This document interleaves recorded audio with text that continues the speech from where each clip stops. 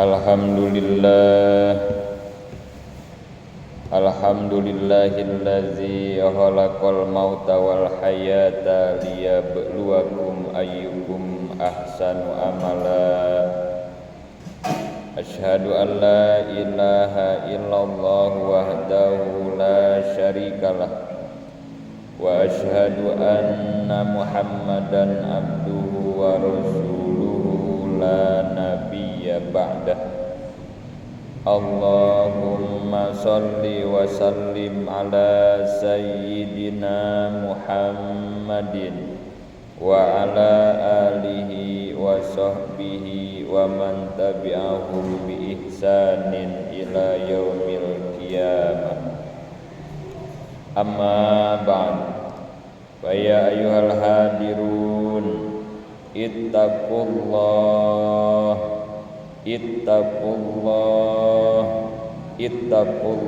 haqqa tuqatih wa la tamutunna illa wa antum muslimun. Wa qala Allah ta'ala fil Qur'anil azim, a'udzu billahi minasy syaithanir rajim. Bismillahirrahmanirrahim. Kutiba alaikumul qitalu wa huwa kurhul lakum wa asa an takrahu syai'an wa huwa khairul lakum wa asa an tuhibbu syai'an wa huwa syarrul lakum wallahu ya'lamu wa antum la ta'lamun. Shadaqallahul azim. Ma'asyiral muslimin rahimakumullah. Ada pelajaran berharga dari kehidupan para sahabat Nabi sallallahu alaihi wasallam.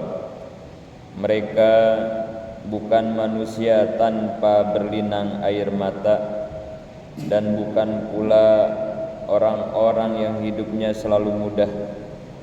Namun ketika Allah menetapkan sesuatu yang terasa pahit, mereka segera menundukkan hati dan berkata, apa yang ditetapkan Allah tidak pernah sia-sia. Dikisahkan sahabat Sayyidina Umar bin Khattab radhiyallahu anhu pernah menghadapi keputusan hidup yang sangat berat, ditinggal wafat oleh orang yang sangat dicintainya, namun beliau menerimanya dengan lapang dada, penuh hikmah, penuh keyakinan bahwa apapun yang Allah tetapkan tidak pernah kosong dari hikmah.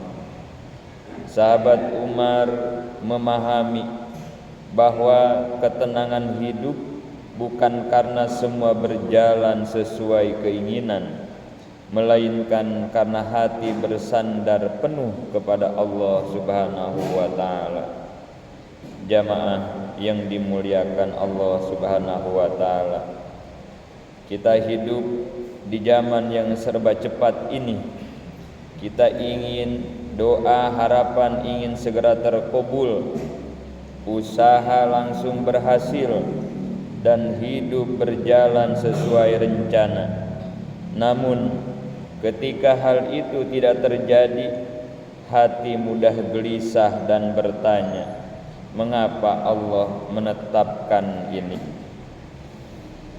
Allah Subhanahu wa taala mengingatkan dalam firman-Nya, wa asa an takrahu syai'an wa huwa khairul lakum wa asa an tuhibbu syai'an wa huwa syarrul lakum.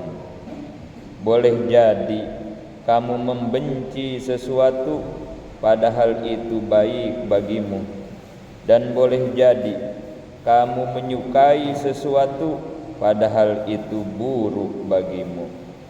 Ayat ini mengajarkan kepada kita untuk tidak tergesa-gesa menilai takdir Allah dengan perasaan semata, karena ilmu Allah selalu lebih luas daripada penilaian manusia.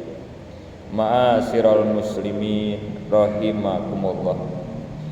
Banyak peristiwa di sekitar kita yang menguatkan ayat ini.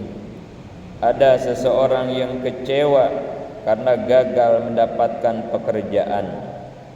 Ia merasa doanya tidak didengar, tidak diijabah.